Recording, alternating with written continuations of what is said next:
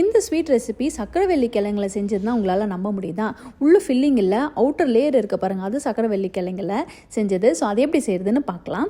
அதுக்கு நான் இங்கே 2 சக்கரவள்ளி கிழங்கு எடுத்துருக்கேன். நல்லா வாஷ் பண்ணிவிட்டு இதை ஸ்டீம் பண்ணும். நல்லா சாஃப்ட் ஆகிற வரைக்கும் ஸ்டீம் பண்ணிக்கோங்க. பாயில் பண்ணாதீங்க, ஸ்டீம் பண்ணுங்கள். அப்போ தான் இந்த ரெசிபி கரெக்டாக இருக்கும். நல்லா சாஃப்ட் ஆகிடுச்சு, நல்லா ஆறட்டும்.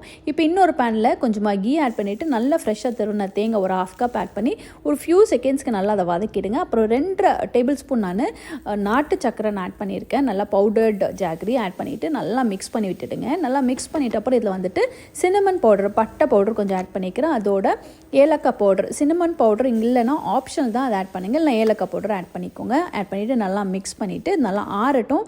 இப்போ இங்கே பார்த்தீங்கன்னா சக்கரவள்ளி கிழங்கு நல்லா ஆறிடுச்சு. நூலெல்லாம் உரிச்சிட்டு நல்லா இதை நல்லா மேஷ் பண்ணிக்கோங்க. இந்த மாதிரி சாஃப்டாக வெந்திருக்கணும். அப்போ தான் இந்த ரெசிபி கரெக்டாக இருக்கும். நல்லா இதை மேஷ் பண்ணிவிட்டு அப்புறம் இதில் கொஞ்சமாக சால்ட் ஆட் பண்ணுங்கள். ஆட் பண்ணிவிட்டு கோதுமை மாவு கொஞ்சமாக ஆட் பண்ணி மிக்ஸ் பண்ணுங்கள். நம்ம சப்பாத்தி மாவு மிக்ஸ் பண்ணுவோம்ல, அதே மாதிரி மாவு நல்லா மிக்ஸ் பண்ணிக்கோங்க. நல்லா சாஃப்டாக இருக்கும். கொஞ்சமாக கோதுமை மாவு ஆட் பண்ணி மிக்ஸ் பண்ணிவிடுங்க. இப்போ இதில் சப்பாத்தி மாவுக்கு நம்ம உருண்டை பிடிக்கிற மாதிரி நல்லா சின்ன உருண்டையாக பிடிச்சி வச்சுக்கலாம். இப்போ நான் இங்கே பார்த்தீங்கன்னா பார்ச்மெண்ட் பேப்பர் யூஸ் பண்ணுறேன். நீங்கள் வாழை இலை கூட யூஸ் பண்ணிக்கலாம்.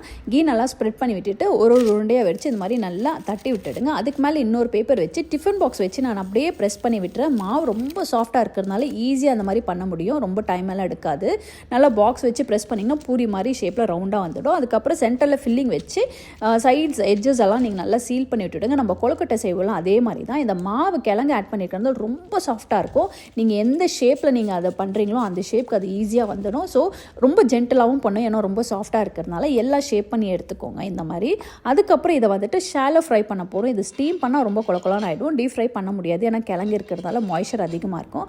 இது ஷாலோ ஃப்ரை மட்டும்தான் பண்ண முடியும். ஸோ கொஞ்சமாக ஆயில் விட்டு இந்த கொழுக்கட்டைங்களை அப்படியே போட்டு மீடியம் ஃப்ளேமில் கொஞ்சம் டைம் எடுக்கும். மீடியம் ஃப்ளேமில் எல்லா சைடும் நல்லா ஃப்ரை பண்ணி எடுத்துட்டிங்கன்னா ரொம்பவே ஹெல்த்தியான ஸ்வீட் பொட்டேட்டோ கொழுக்கட்டை இங்கே ரெடி ஆகிடும். கண்டிப்பாக ஒன்ஸ் அதை ட்ரை பண்ணி பாருங்கள். ரொம்பவே டிஃப்ரெண்ட்டாக இருக்கும். கிட்ஸ் ஸ்நாக்ஸ் பாக்ஸில் கொடுக்கலாம், இல்லை ஈவினிங் ஸ்நாக்காக கூட நீங்கள் கொடுக்கலாம். ரொம்ப டேஸ்டியாகவும் இருக்கும். ஸ்வீட் பொட்டேட்டோ அப்படியே சாப்பிடாதவங்களுக்கு இந்த மாதிரி ஸ்நாக்காக நீங்கள் செஞ்சு கொடுக்கலாம்.